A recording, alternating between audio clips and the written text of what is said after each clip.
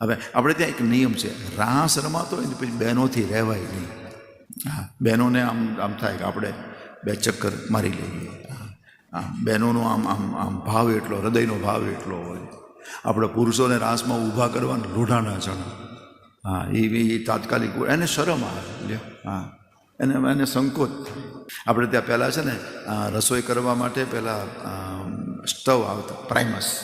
હા, બધી વડીલ માતાઓને ખબર હશે. અત્યારે જુવાન બહેનોને પ્રાઇમસની ખબર જ નથી. હા, પછી એમાં શું, પહેલાં બર્નલ ગરમ કરવું પડે.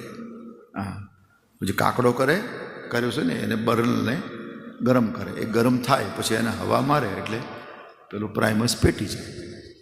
પણ તમે એ તમારું કાંઈ જે બનાવવું છે, ચા પાણી એ બધું બની ગયું પછી બંધ કરી નાખો.